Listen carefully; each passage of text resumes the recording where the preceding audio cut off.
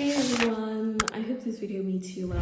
My name is Temitope Ogwu, and if you're a new subscriber, welcome. On this channel, I talk about light-filled stories, and essentially this is gotten from Matthew 5, from verse 14 to 16, which encourages us as believers to shine, not to hide our light, but to shine for all men to see so that they can give glory to God.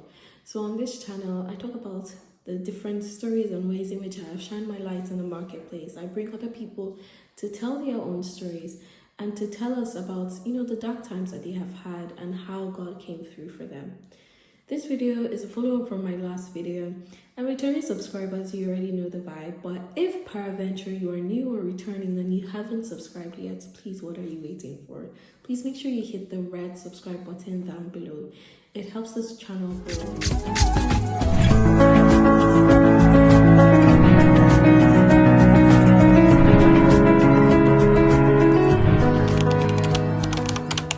So, growing up, I've always seen myself as a global citizen, although I never knew what that entailed. I was just taking life as it comes, and to be honest, life led me to different cities over the past 6 years.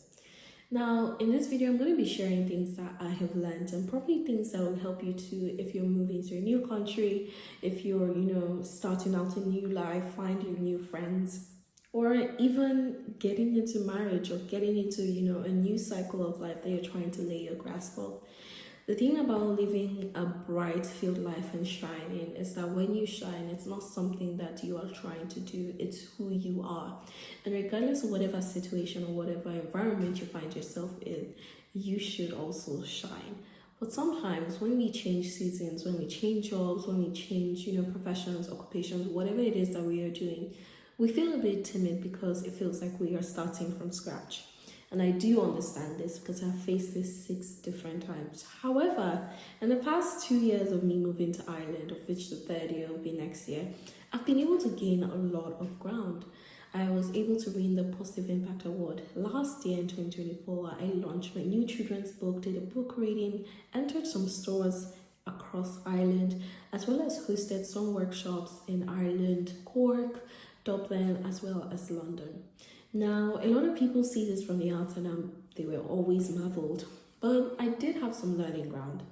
And one of the first things that I would say that has helped me is to understand whether I am pitching a tent or I am building a foundation. This is very key because each individual is in different seasons of their lives. When I was a master's student, I knew I was pitching a tent in Durham. Although I thought maybe I could get a job, but that was not my major aim and purpose of going for my master's in Durham. So I knew I was pitching a tent there. When it was time for me to move to London, it was okay. I felt like I had achieved every single thing that I wanted to do, including winning a Volunteer Impact Award, serving in my church, and just building a community there and pouring into my friendships. Now, when I moved again, one of the other things that I discovered was that I needed to determine my resources. I was in a new place, which was London, and I had to determine the amount of resources that I had available to me, whether it was my parents' sponsorship, and this enabled me to figure out, okay, do I get a job or do I start building foundations now? Mind you, when you're pitching a tent, there is no form of permanence in your mind in whatever space or environment that you are in. So it can be very dicey. However, I always advise that you pour yourself or give yourself wholly to whatever it is you are doing there and then. And you just, have an open mind to explore the beauties of the environment, the opportunities that are unique to that environment, as well as the luxuries that are available to that environment. When I was in Durham, it was very quiet, it was very calm, I was able to volunteer, I was able to, mingle with a lot of older people, do Bible studies. I almost did the Alpha course, but my church always had different things that we could do as, students. And it was really great that I got to, pour into myself and fill my tent with a lot of things. Now, moving on to permanency, when you have some sense of permanency, that's when you start building foundations. So when you're pitching a tent, obviously you learn some skills, you learn how to make do with whatever you have. You might not have a gas burner, but at least you have, firewood to light a fire. So learning those survival skills, whether it is vocational skills, learning how to make your hair, baking.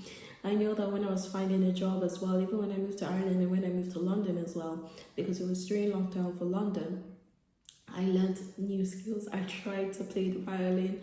I learned how to bake. I cooked a lot. I went back to knitting, and I was really happy that I poured into those hobbies. Now, with building foundations, you have to take incremental steps of progress. And before you build foundations, and how you can build foundations accurately is if you know yourself. Now, in this season of building foundations, you really need to understand what kind of building do you want to have? What kind of interior do you want to have? And when I mean interior, I mean your soul now. I mean your values. I mean the kind of person you want to become. I mean the kind of person you want to be to your friends, to your family members, because it enables you to show up in that manner and build an edifice that would not only accommodate just yourself, but your dreams, your aspirations, and other people that you want to carry along the way. Now, that's the first step of building foundations. The next step of building foundations would be to explore opportunities. And these opportunities might be varied because it might not be like your permanent opportunity. It might just be like the first preliminary step of, getting by or getting that international experience that employers always look for. It might not be your ideal. A job is a job just pays the bills. Right? And whatever vocations you have learned in your 10th season can also, create source of income for you as well. But don't be too stringent on, what it is, what your expected reality is, because when your expectations don't meet your reality, you often get frustrated. But take it easy on yourself and know that it's a learning curve as well. Explore opportunities within your limits and also around your city. There's a lot of times when you volunteer, when you mingle with certain people, whether it's in a church community. By the way, church communities really helped me. But whether it's in a church community, a volunteer center, or even your community resource center, there are lots of opportunities that you get to see. And during this phase of building foundations, or like the preliminary phase, maybe when you are trying to lay the blocks, you've put the cement, which is essentially knowing yourself. When you're trying to lay the blocks, this is where you explore opportunities, get your job, and things like that. But I always say with opportunities that whatever opportunity you get first is usually a foretaste of what is to come, whether foretaste in terms of resources. So have the mentality of a small beginning but a greater end. That would help you to push through every milestone that you have, whether it's an income savings, whether it's a skill, need that you have achieved, or whether it's just the character traits that you were able to form, whether it be empathy, whether it be kindness, whether it be, forgiveness, whatever it is you've been able to form in that season, a win is a win. Now that the foundation is set, it's very key to build great interiors and things that would not only beautify your own life, but beautify your journey along the way. And with this, I would correlate it to reputation. So now you have to ask yourself, what kind of reputation do I want to build in the corporate world? What kind of reputation do I want to build with my colleagues? Because whether you're doing a vocational job or a job which is a blue collar, a white collar, you never know where these two worlds will meet and who you would meet in your white collar job or in the corporate world. So please do make sure that you are building a beautiful interior on the inside. Your words, your thoughts, your deeds, everything coincides. Because sometimes you might not have the opportunity to make a second impression, so first impressions count. Now, the last and final one that has really, really helped me is my church community. I would employ each and every one of you to join a church community.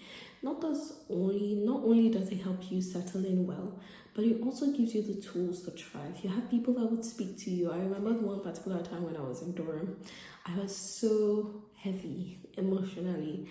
And I can't even remember what happened, but I was in church doing worship. I was feeling very emotional. And I remember one person just walked up to me and hugged me. And I just started crying my eyes out. I was so frustrated, and God really saw me on that day. So please make sure you find a church community to, network with, build with. It doesn't have to be what you're used to. Again, explore. And when you're exploring, right, make sure that it's within, what you're familiar with in terms of values. Now, I'm not just saying that you should block off whatever you're not familiar with, but what you're familiar with in terms of values so that you don't get corrupted or eroded on the way. So yeah, those are the different things that have helped me, move across 6 different cities in the past 6 years. I know that with friends pitching a tent or building a foundation, most friends, you have to be super, super intentional about it. So in every season of my life, I make sure that I pour into all other different pockets. Whether it be my spiritual pocket, I make sure that I get, certifications, grow myself, read more of the Bible, do Bible study, and also provide resources or templates or systems that enable others to do that as well. I also make sure that I am intentional about my friendships. I schedule in calls. I make sure that I schedule in dates. And I try to show up as much as I can, whether it be for their graduation or milestones. And if I know that their birthday is coming up a couple of months earlier, especially when you don't have a job, it's easy for you to save or to do something sweet. It doesn't cost a lot of money. And one thing as well that I've learned to do is to wander, right? A lot of people don't go to certain places because they feel they can't afford it, especially in the season where they do not have a job. But please do make sure you feed your eyes. In the last video, Moshe and I were talking about as far as your eyes can see. And to be honest, that has led me to get so many more opportunities. The first job I got in Ireland was because I was doing as far as your eyes can see. I was looking for a community to join. I joined that community, I connected with most people, and then I saw the first job that I got here on social media, and I applied and I got it. So please do make sure that you wander, you explore communities, and you explore the beauties in your season and around you. Try not to look inwardly, look outside, because there are 360 ways you can see your situation and your problems, or even the place that God is taking you to. And whatever you're going through now is a foretaste of the greater things to come. So please don't put pressure on yourself. And I really hope this video helps you. It's a very quick and easy video, but I hope it gives you some form of hope and encouragement for what's to come in the future. And if you have any questions as well, please do make sure that you leave it in the comment section. Please do like, share, subscribe, and I will see you in my next video. Bye.